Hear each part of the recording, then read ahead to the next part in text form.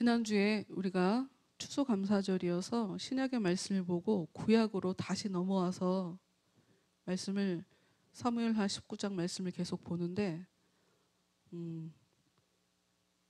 앞에 것을 싹 잊어버린 듯한 느낌이었어요. 한 줄을 그냥 보름 만에 보는 것이지만 다 잊어버린 것 같은 그런 느낌이 들었어요. 여러분, 오늘 말씀은 여러분 혹시 이 이야기를 들어보신 적이 있을까요? 감정이 태도가 된다. 감정이 태도가 된다. 여러분, 하나님은 우리에게 자세와 태도를 바꾸라고 얘기를 하시거든요. 왜냐하면 단순하게 행위를 가지고 행위를 기준으로 천국에 들어간다, 심판하신다라고 얘기하지만 이 행위란 단어가 우리가 생각하는 단순한 그 액션, 행동을 얘기하는 게 아니에요. 자세와 태도를 바탕으로 나온 행동을 얘기하는 거거든요. 그래서 자세와 태도가 바뀌면 행동이 바뀌기 때문에 하나님은 우리의 마음과 생각을 바꾸기를 원해요. 그런데 감정이라는 것이 우리로 하여금 하나님이 원하는 삶의 자세와 태도를 갖추지 못하도록 만드는 이 감정이라는 것이 굉장히 무서운 것이다. 오늘 다윗이 아들에 의해서 반역이 일어나면서 쿠데타가 전 국민의 굉장히 많은 이스라엘 사람들에 의해서 쿠데타가 일어나서 왕위에서 쫓겨났다가 전쟁을 하면서 이기고 다시 돌아오는 그 순간에 벌어진 일인데, 이 상황에 다윗의 이 감정에 대해서 성경학자들은 신랄하게 비판을 해요. 자연스러운 감정이 아닌가? 아버지로서 아들의 죽음을 슬퍼하는 것은 굉장히 자연스러운 것이 아닌가? 라고 생각할 수 있지만 신학자들은 이것을 굉장히 심각한 죄로 지적을 한다. 왜냐하면 요 다윗의 이 절제하지 못하는 요 감정 때문에 그 이후에 더 큰 일이 벌어져요. 더 큰 일이 벌어져요. 여러분, 우리가 로마서에 어떤 이야기가 있냐? 아담 한 사람으로 인해서 죄가 이 세상에 들어왔대요. 그게 어떤 의미일까요? 아담 한 사람으로 인해서 죄가 이 땅에 들어왔대요. 이 세상에 들어왔대요. 그래서 그 이후로 태어난 모든 사람들이 다 죄인이래요. 좀 억울하지 않아요? 아담은 하나님께 직접 말씀을 받고 그러나 불순종하는 죄를 지었죠. 그래요. 아담은 너무 명쾌하게 하나님의 책망도 받았고 죄인이라고 알겠다고요. 그런데 모두 다 아담처럼 그런 모습으로 태어나진 않았잖아요. 그러면 왜 아담이 지은 죄를 많은 사람들에게 다 동일하게 적용을 시키는가? 아담이 죄 지었는데 왜 후손들이 죄인이 되는 거예요? 그거 굉장히 이해하기 어렵단 말이에요. 그래서 신학자들은 굉장히 이 부분을 여러 가지로 해석을 하죠. 굉장히 여러 가지로. 하나만 얘기를 해볼게요. 아들 가인이 죄를 지었을 때 아들 가인은 내 예배는 하나님이 안 받으시는데 동생 예배는 하나님이 받으시는 것을 알고 동생을 죽여버려요. 가인은 동생을 죽이는 살인죄를 저질렀죠. 그러면 최소한 다시 말씀드리지만 한 사람의 죄가 이 땅에 들어와서 왜 어떻게 온 사람들을 다 오염시키는가, 전염시키는가, 그 과정을 얘기하는 거예요. 가인이 동생 아벨을 죽인 죄, 죽어 마땅하지만 하나님이 죽이시지 않죠. 떠돌게 만들어요. 대신 하나님이 복은 주지 않죠. 너는 아무리 열심히 네가 원하는 대로 땅을 파도 네가 원하는 열매가 나오지 않을 거야. 가인은 계속 돌아다녀요. 그러면 어떤 일이 벌어지냐? 사람들은 가인을 보면서 쟤 죄졌어. 쟤 죄인이야. 나쁘다. 최소한 비난하는 죄를 져요. 그건 어떤 의미냐? 우리는 다 똑같은 인간이에요. 인간은 누구나 다 죄된 경향성을 가지고 있어요. 우리는 완벽한 사람들이 아니에요. 그런데 우리는 다른 사람의 죄를 보면서 저 사람 죄인이네 하고 얘기한다는 거예요. 그게 로마서에 써 있어요. 다른 사람한테 저 사람 죄인이네 라고 얘기한다고 그 사람 죄인이다 얘기를 하는 거예요. 그러니까 죄는 한 사람만 져도 그 사람과 똑같은 죄는 저지르지 않을지라도 이 사람을 대하는 자세와 태도로 다른 죄들을 또 짓게 돼 있는 거예요. 이게 무슨 의미냐면 다윗은 자기의 감정 절제, 자세와 태도를 제대로 하지 못함으로 백성들, 이스라엘 백성들, 자기를 대하는 사람들에게 죄를 짓게 만들었어요. 걱정을 하게 만들었어요. 하나님 앞에 어떤 죄를 졌는지 학자들이 오늘은 좀 책을 읽어드리려고 같이 나눠야 되겠다라고 해서 책을 좀 갖고 나와봤거든요. 같이 한번 봅시다. 여러분 우리가 오늘 사무엘하 19장을 보기로 볼 건데 18장 맨 마지막 말씀부터 볼게요. 왕의 마음이 심히 아파. 왜 왕의 마음이 심히 아파요? 아들이 죽었어요. 아들이 나무에 걸려 죽었죠. 문 위층으로 올라가서 운이라 그가 올라갈 때에 말하기를 내 아들 압살롬아 내 아들 압살롬아 차라리 내가 너를 대신하여 죽었다면 압살롬 내 아들아 하였더라. 여러분 어떻게 보면 자기 아들이 죽은 상황에 죽었다고 보고를 받으니까 자기는 전쟁하고 싶지 않아서 도망갔지만 어쩔 수 없으니 전쟁을 하면서 분명히 부하들에게 우리 아들을 좀 친절하게 대해주라 라고 얘기했지만 어떻게 그렇게 됩니까? 아버지 입장에 아들이 죽은 것을 가지고 애통해하는 거는 어쩌면 너무나 자연스러운 감정일 수가 있어요. 그런데 봅시다. 19장 1절. 어떤 사람이 요압에게 이르되 아뢰되 요압은 지금 전쟁을 하고 돌아오고 있는 상황이에요. 압살롬이 죽었다는 얘기는 메신저가 먼저 가서 보고를 하잖아요. 이제 요압이 군대를 이끌고 이제 오고 있는 상황이죠. 요압에게 아뢰되 왕이 압살롬을 위하여 울며 슬퍼하시나이다 하니 보고가 들어가죠. 왜? 여러분 지금 전쟁을 하고 이기고 돌아왔어요. 그러면 왕은 뭘 해야 되냐면 수고했다, 고생했다, 이겼구나, 잘했다를 해야 되는 게 왕이 해야 될 일이에요. 근데 당연히 환영식 같은 건 있을 수가 없죠. 그러니까 당연히 이겼다 하고 기쁜 마음으로 뿌듯하게 돌아오지만 환영식을 기대했다면 실망할 수밖에 없으니 이런 보고를 먼저 하게 된 거예요. 환영식 못하니까 조용하니까 왕이 지금 슬퍼서 그러는 거니까 이해하세요. 뭐 이런 얘기겠죠. 그런 얘기를 하게 된 거예요. 그런데 그 이야기가 그들에게는 슬픔이 됐대요. 모든 백성에게.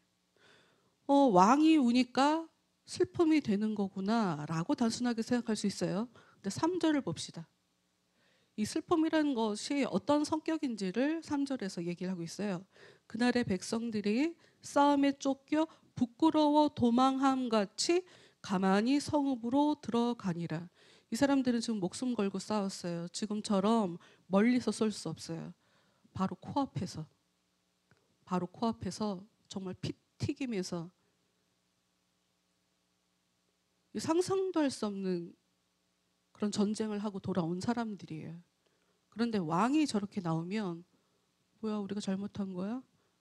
마치 우리가 패잔병인 것처럼 이들이 슬퍼하게 됐다는 거예요.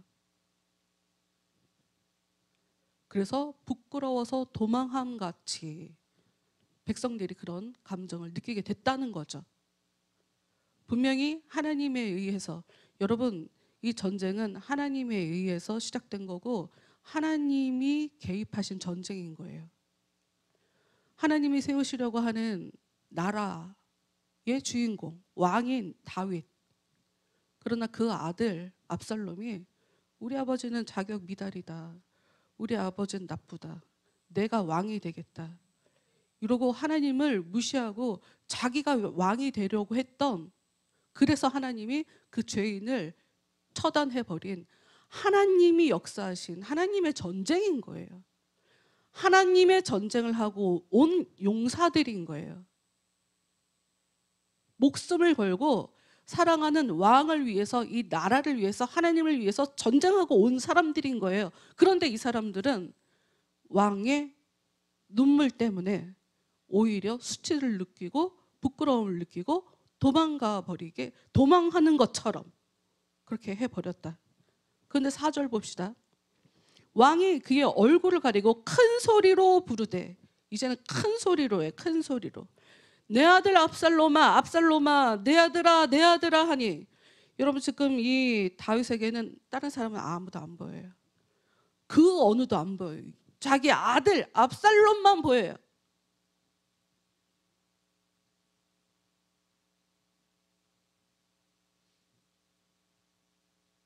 5절.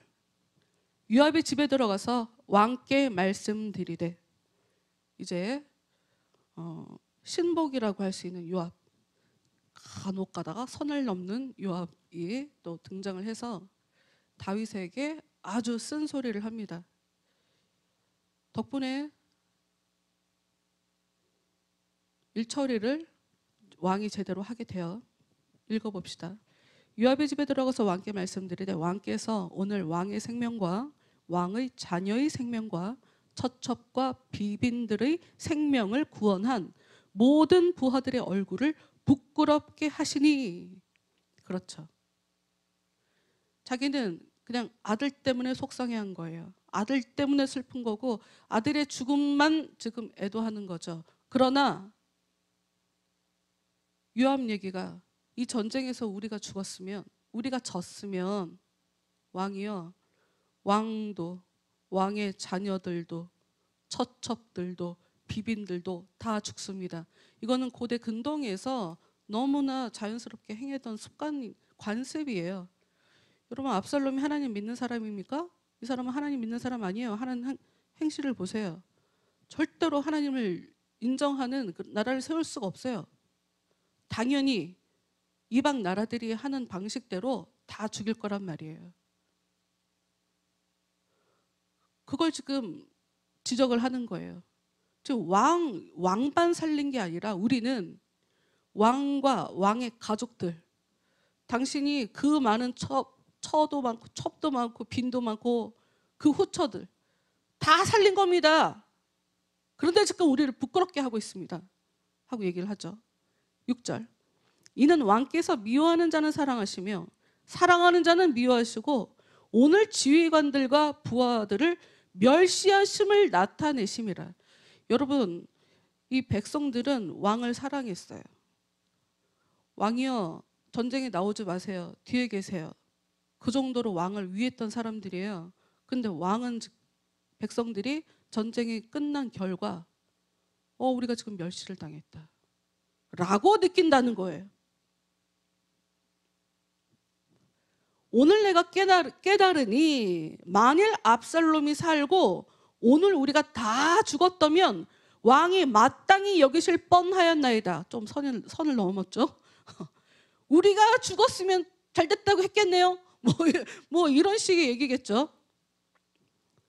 이 얘기 때문에 다윗은 또 뒤에 가서 요압을 또 무시하는 행동을 또 합니다. 여러분, 19장은 전체적으로 다윗이 급한 일이 생기니까 분명히 하나님께서 역사하시는 하나님의 전쟁이었지만, 하나님께서 개입하셔서 이기게 해주신 그런 전쟁이었지만, 그 가운데서 다윗이 하나님의 뜻대로가 아니라 자기도 모르게 성급하게 일처리하는 것들이 반복적으로 19장에 전체적으로 나와버려요. 여러분, 믿음의 사람도 마찬가지예요. 정신 바짝 차리고 하나님 앞에 생각을 딱 붙잡고 있지 않는 다음에는 여러분 누구나 다 흔들리는 거예요. 여러분 우린 전부 다 죄인이라니까요. 7절 볼까요? 이제 곧 일어나 나가 왕의 부하들의 마음을 위로하여 말씀하옵소서. 내가 여호와를 두고 맹세하옵나니 왕이 만일 나가지 아니하시면 오늘 밤에 한 사람도 왕과 함께 머물지 아니할지라. 그리하면 그 화가 왕이 젊었을 때부터 지금까지 당하신 모든 화보다 더욱 심하리이다니. 아주 제대로 팩폭을 했어요. 왕이요, 정신 차리세요. 지금 이러시면 지금 백성들이, 굉장히 많은 백성들이 왕에게 마음이 떠나서 그 잘난 아들 외모만 보고 그 평판만 보고 아들을 쫓았는데 전쟁을 끝나고 보니 뭐지? 우리를 위해주는 왕이 아니야? 이러면 왕이 이제껏 산 삶보다 더 힘들어질 수 있습니다. 지금 그 얘기를 하는 거죠. 그래서 8절 왕이 일어나 성문에 앉음에 어떤 사람이 모든 백성에게 말하되 왕이 문 앞에 앉아 계신다 하니 모든 백성이 왕 앞으로 나아오니라. 문 앞에 앉아 있다는 것은 보통 심판하는 자리라고 보면 돼요. 심판하는 자리. 거기서 사람들이랑 이야기하고 재판을 하고 그러거든요. 그러니까 왕이 공무를 그전까지는 자기 일을 하지 않았다가 공무를 수행하지 않았다가 드디어 공무를 수행하러 사람들 앞에 나왔다라고 얘기하는 거예요. 다윗의 죄, 과도한 애정. 여러분 과도한 애정이라고 밖에 볼 수가 없죠. 왜냐? 다윗은 압살롬이 잘못했을 때 압살롬을 한 번도 혼낸 적이 없어요. 그거는 과도한 애정이죠. 혼나지 않았기 때문이에요. 한편으로 보면 마치 누가복음에 나와 있는 둘째 아들, 돌아온 둘째 아들을 아무 얘기 없이 그냥 다 안아주고 감싸주고 옷을 바꿔 입혀주고 반지를 끼워주고 하는 그런 너그러운 하나님의 모습이라고도 생각할 수 있어요. 그러나 다윗이 행한 일들을 보면 이건 단순하게 하나님의 마음으로 아들을 안았다, 용서했다, 책망하지 않았다라고 하는 의미이기보단 과도한 애정이라고 보는 거예요. 매튜 헨리라고 하는 사람이 있어요. 제가 이분 굉장히 좋아하는 굉장히 오래되신 신학자거든요. 이분이 다윗이 어떤 죄를 지었는지에 대해서 이렇게 얘기를 했어요. 그는 다음과 같은 이유 때문에 비난받아 마땅하다. 제가 얘기했잖아요. 신랄하게 비판한다고. 첫째, 내가 안 좋아하는 거야. 첫째, 둘째, 셋째가 나와요. 첫째, 아무리 잘나고 기지에 넘쳤을지라도 하나님과 사람들 모두에게 정당하게 버림받은 타락한 자식에게 그토록 큰 애정을 보였기 때문이다. 그렇죠. 하나님에게 버림받은 사람이에요. 하나님 앞에 지금 죄값을 치르는 사람이거든요. 근데 죄인에게 대해서 과도하게 슬픔을 보이는 거죠. 둘째, 그가 말없이 따라야 마땅한 하나님의 섭리에 대해서뿐만 아니라 그가 존중하고 동의해야 마땅한 하나님의 심판에 대해 불평했기 때문이다. 그렇죠. 불평한 거죠. 하나님은 정당했어요. 여러분, 예수님 얘기하시잖아요. 참새 한 마리도 하나님이 허락하시지 않으면 땅에 떨어지지 않는데요. 하나님은 그냥 넘어갈 수 없어요. 하나님은 다윗에게 약속을 하셨단 말이에요. 어려서부터 공들여 하나님의 나라를 세우기 위한 하나님이 선택받은 사람이란 말이에요. 자기가 뭐라고 아버지를 들이받냐고. 그러니 당연히 하나님의 계획에 거스리는 자, 하나님의 섭리에 반기를 드는 자이기 때문에 하나님이 심판하신 것인데 자기 감정만 들여다보는 것은 하나님이 마땅히 하신 심판을 잘못됐다라고 얘기하는 거라는 거죠. 또 셋째, 왕인 그가 그것에 대한 집행의 책임을 지고 있으며 다른 공적 이익과 더불어 그 어떤 생리적 애정보다 우선시해야 할 국가의 공의에 반대했기 때문이다. 나라법으로 봤어도 반역죄예요. 그러니 국가법에도 전혀 문제가 없는, 당연히 여러분 이스라엘 율법이 좀 무섭잖아요. 잘못하면 돌로 쳐 죽이잖아요. 바람 피면 돌로 쳐 죽이고, 살인하면 죽이고, 잘못한 만큼 갚아주는 거. 동물을 죽였으면 동물로 똑같이 값을 지불하든. 하나님 구약의 율법을 보면 눈에는 눈, 이에는 이예요. 당연한 일이 일어났는데 그 공의에 반대한 것이다 라고 얘기한 거예요. 넷째, 자신과 자신의 가족과 나라가 압살롬의 사악한 계획으로부터 구원을 얻은 은혜를 마치 그것이 압살롬의 목숨을 대가로 치러야 하는 것이라면 은혜도 아니요 감사할 것도 아니라는 식으로 경멸했기 때문이다. 여러분, 이건 은혜예요. 자기를 살려주고 많은 사람들이 죽었어요. 한 사람도 안 죽고 정장할 수 없어요. 하나님이 여러 사람을 죽이고 서러도 지금 하나님께서 이들을 지켜주신 거거든요. 이런 것이 은혜라고요. 그런데 그 은혜 꼭 감사할 거 아니다, 이런 식으로 생각했다는 거예요. 신학자들이 무섭죠? 어떻게 이렇게 집요하게 분석을 하는지. 다섯째도 있어요. 강렬한, 이게 가장 중요해요, 여러분. 감정이 태도가 된다. 그러니까 무엇을 얘기하고 싶으냐면, 여러분의 감정은 태도가 되면 안 돼요. 그걸 얘기하고 싶은 거예요. 그걸 얘기하고 싶은 거예요. 지금 그 부분을 지적하는 거예요. 강렬한 정념에 빠져들어 무분별하게 말했기 때문이다. 이제 그가 다른 자식의 죽음 앞에서 취했던 이성적 태도를 잊었다. 이게 무슨 얘기냐면, 첫 번째 밧세바랑 사이에서 원치 않는, 의도치 않는 임신이 있어서 그 아이가 태어났잖아요. 근데 그때 아이가 태어나서 죽게 되었죠. 그때 어떻게 했어요, 다윗은? 아기가 죽기 전까지는 금식하고 죄인의 심정으로 하나님께 살려주세요를 했지만, 죽는 순간 눈물을 그치고 마치 아무 일도 없었던 사람인 것처럼 그랬단 말이죠. 그런데 시간이 이렇게 흘러서 이 사람 마음에 감정이 하나님께 의존적으로가 아니라, 여러분, 이 전쟁을 하면 하나님께 의존적으로 살 수밖에 없을 것 같아요. 하나님한테 의지하지 않으면 살 수가 없으니까 하나님 살려주세요, 살려주세요를 하니까. 그런데 왕이 되어서 통치 행위를 통해 전쟁은 병사들이 대신 나가서 싸워주고 하니 당연히 의지하는 마음이 연약해질 수밖에요. 자아가 강해지는 거지. 좀 다르게 얘기하자면 자기 생각, 자기 감정을 존중하는 거죠. 전에는 무조건 내 감정이 어디 있어, 하나님 제발 살려주세요, 살려주세요만 하는 거지.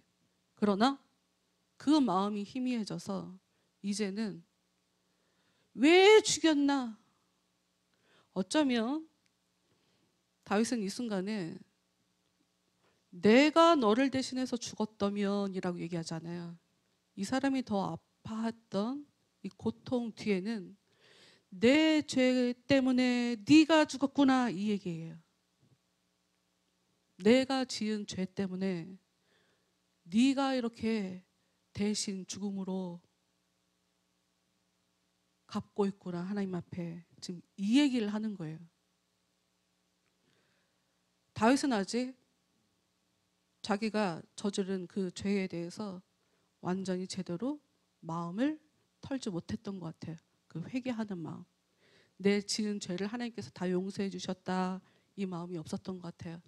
왜냐하면 성경을 보면 그것은 예수님께서, 성령께서 도와주는 거예요.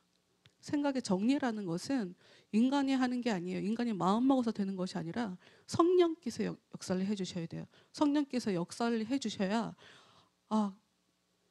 더 이상 이 과거의 그 심각한 그 문제, 내가 지은 그 죄, 거기에 내가 더 이상 종노릇하지 않고 내가 이제 자유함을 얻었구나를 깨닫게 되는 그 어떤 시점이, 그날이 오게 되는데, 그거는 성령께서 역사해 주시는 것이거든요.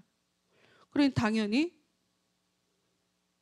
다윗은 이런 생각을, 내 죄 때문에 네가 죽었구나라고 하는 것 때문에 더 자기도 모르게 하나님 앞에 또 사람들 앞에 죄를 짓게 되는 거죠.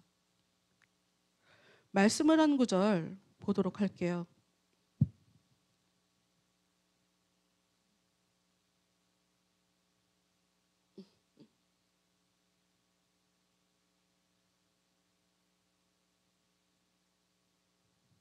골로새서 3장 1절 말씀 볼게요.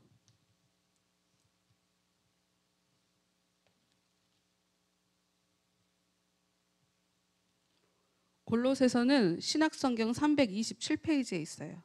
같이 봅시다. 골로새서 3장 1절. 여러분, 구약의 말씀을 가지고 와서 신약의 말씀을 들이대면 그게 좀 다른 얘기 아닌가요? 라고 생각하실 수 있어요. 근데 여러분, 그렇게 생각하시면 안 돼요. 구약에도 성령께서 역사하셨고 신약에도 성령께서 역사하세요. 더군다나 다윗 같은 경우에는 기가 막힌 하나님에 대한 경험들이 굉장히 많은 사람이에요. 그러니 누구보다도, 더군다나 다윗이 지은 시편이나 이런 것들을 보면 굉장히 예언적인 시를 단순하게 그냥 시를 써 내려갔다기보다 예언적인 예언서에 대한 그런 시들이 많거든요. 이 사람 속에 성령께서 역사하시기 때문에 그 사람이 이런 시를 지을 수가 있는 거고 그런 삶을 살 수 있는 거거든요. 그러니 신약에서 얘기하는 이 원리, 원칙 같은 거, 이거를 다윗에게 적용하는 것을 이상한 거로 생각하시면 안 돼요. 똑같은 얘기예요. 똑같은 성령입니다. 3장 1절. 그러므로 너희가 그리스도와 함께 다시 살리심을 받았으면 위의 것을 찾으라. 거기는 그리스도께서 하나님 우편에 앉아 계시느니라. 여러분, 우리가 지난주에 열매에 대해서 얘기를 했어요. 회개한 사람은 마땅히 회개에 합당한 열매를 맺게 되어 있다. 하나님의 사람이라면 당연히 하나님의 사람답게 살아야 되죠. 내 삶이 정말 하나님께서 주장하시는, 하나님께서 내 주인이 되어주셔서 하나님을 의존적으로 성령을 따라 살아가고 있는 사람이라면 마땅히 해야 될 게 무엇이냐? 위의 것을 찾아라. 찾으란 얘기는 쉽게 보이지 않는다는 얘기예요. 여러분, 어떻게 안 보이는 걸 쉽게 찾아요? 그냥 대충대충 사는 게 신앙생활이에요? 다윗은 계속 하나님께 의존했다니까요. 의지해야 돼요. 말씀대로 살려고 해야 돼요. 말씀대로 살기 위해서 노력해야 돼요. 말씀대로 살지 못하는 나를 보며 실망을 해야 돼요. 화가 나고.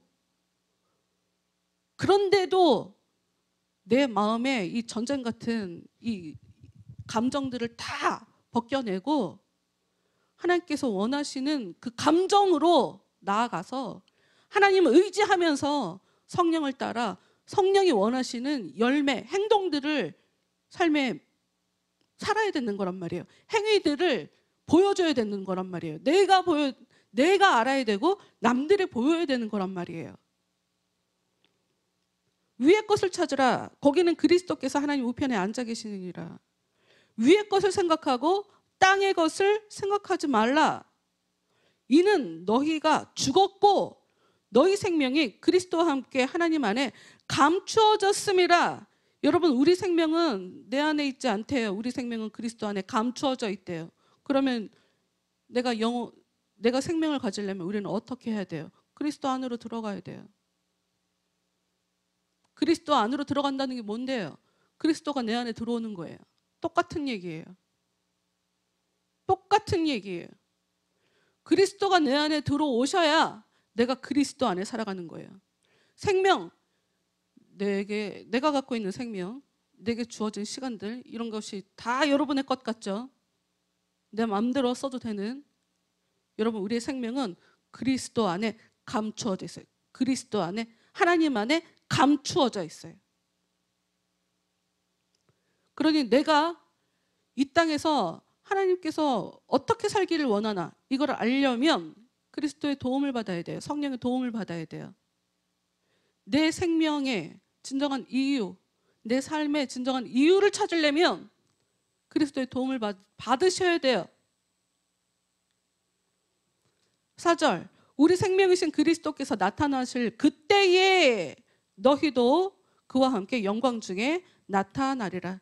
여러분, 근데 이제 그때가 금방 안 와요. 금방 안 오니까 우리가 할 것은 그때가 될 때까지 기도하는 거예요. 기도해야 와요. 그때가 오기 전까지는 속상하고 화나고 신경질 나고 열받고 답답하고 할 거예요. 당연히 그럴 거예요. 허전하고 할 겁니다. 하나님이 우리에게 가지고 계신 생각은 우리에게 평안인데, 우리는 하나님이 우리를 깨끗하게 하시기 위해서 버리시는 이 아픔과 힘듦, 지금 다윗이 그런 거잖아요. 하나님이 역사하시느라고 다윗에게 아들을 잃는 아픔을 준 거예요. 근데 그 아픔을 하나님이 주신 것으로 생각하지 않고 내가 죄지어서, 내가 벌받아서 등등 다른 이유를 갖다 붙이는 거죠. 하나님께서 우리에게 힘든 일을 벌이실 때도 이유가 있어요. 우리에게 좋은 것을 주실 때도 이유가 있겠지만 당연히 힘들게 할 때도 이유가 있어요. 그러나 우리가 반드시 기억해야 할 거, 고난 없이 영광은 없습니다. 힘들지 않으면 기도 안 해요, 우리는. 그렇기 때문에 우리에게 고난은 유익으로 주신 것이에요. 우리가 해야 될 건 고난이 올 때 견뎌내는 거예요. 최소한 내 감정, 힘든 것, 힘들 수 있죠. 슬플 수 있죠. 기도해야죠. 내려놔야죠. 하나님 앞에. 하나님, 괴롭습니다. 힘듭니다. 화가 납니다. 그런데 기도하면서 풀어야죠. 사람하고 쫓아가서 싸우지 말고 하나님 안에서 일단 정리되지 않은 내 마음, 하나님이 보시기에 평안이 아니잖아. 내가 너 지금 자꾸 습관적으로 화내는 너의 모습을 보여주려고 자꾸 상황을 만들어갖고 화나는 네 모습을 보게 하는 건데, 너는 왜 쟤 때문에 나는 맨날 화가 나는 거냐고, 쟤 왜 저러냐고 이렇게 남 탓하는 게 아니라 너는 너를 봐. 어려움이 올 때, 어려움은 나를 보기 위해서, 나를 만들어 가시기 위한 하나님의 역사다. 하나님의 내 삶에 대한 개입이다. 이것을 여러분 반드시 기억하시길 바라요. 5절, 이 하나님의 때를 잘 통과하기 위해서 반드시 해야 되는 게 있어요. 반드시 해야 되는 것. 하나님 안에서, 예수님 안에서 버티고 힘든 일이 벌어질 때 쓰러지지 아니하고 죄짓지 아니하고 잘 버티기 위해서는 반드시 해야 될 게 5절. 그러므로 땅에 있는 지체를 죽이라. 하늘을 바라보기 위해선 땅에 있는 지체를 죽여야 돼요. 얘네들이 살아있는 한 하늘을 바라볼 수 없어요. 하늘을 사모할 수 없어요. 하나님 안에 있는 그 생명을 내 것으로 가질 수 없어요. 땅에 있는 지체를 죽이래요. 곧 음란과 부정과 사욕과 악한 정욕과 탐심이니 탐심은 우상 숭배니라. 생각보다 욕심이라고 할 때는 돈에만 국한돼서 얘기하는 건 아닌 거 아시죠, 여러분? 과도한 평판? 칭찬받고 싶은 거 있죠. 사람들이 나한테 좋은 평가를 해줬으면 좋겠어. 내가 잘하면 되죠. 내가 못하니까 나한테 칭찬을 안 하는 거겠지. 그냥 그렇게 생각하면 안 되나? 근데 알아요. 잘해도 욕하는 경우가 있더라고요. 근데 정확하게 검증이 안 된 상태에서 내가 나를 싫어해서 나를 질투하니까 지금 나를 못 살게 구는구나 라고 정신 승리하면 나한테 무슨 도움이 되겠냐고. 그냥 내가 무슨 이유가 있나 보지. 내가 무슨 이유가 있나 보죠. 좀 견뎌내면 안 돼요? 그냥 기도하세요. 아니면 그 사람의 못된 성품을 하나님이 확인시켜 주시기 위해서 그냥 나를 도구로 쓰나 보죠. 모르죠. 우리는 영적인 세계에서 어떤 일이 벌어져 갖고 지금 어떤 이유에 의해서, 영적으로 어떤 이유가 있어서 지금 우리의 현실의 삶에 이런 일이 벌어지는지 우리는 모르죠. 그래, 내가 잘했다, 저 사람이 문제다를 하지 마시고 기도하시라. 욕심내지 마시라. 때가 될 때까지 절대 안 변합니다, 여러분. 상대방은 때가 될 때까지 절대로 안 변합니다. 왜 안 변해? 라고 얘기하는 게 탐심이에요. 탐심이 뭐라고? 우상숭배. 욕심 부리지 마세요. 때가 될 때까지 같이 기다려주세요. 같이 기다려주시고 같이 견뎌주세요. 그리고 같이 기도해주세요. 그게 우리가 해야 할 일이에요. 우리가 할 수 있는 유일한 일이에요. 우리가 할 수 있는 건 없어요. 하나님의 때가 돼야 돼요. 하나님은 알파와 오메가예요. 예수님이 알파와 오메가예요. 예수님이 시작하시고 예수님이 마무리하실 거예요. 우리는 중간에 할 일이 없어요. 견디는 것만 우리가 하는 것이지. 우리 찬양합시다. 한 주간 이 찬양을 계속 부르시면서 이게 신앙생활이구나를 생각하시기를 바라요.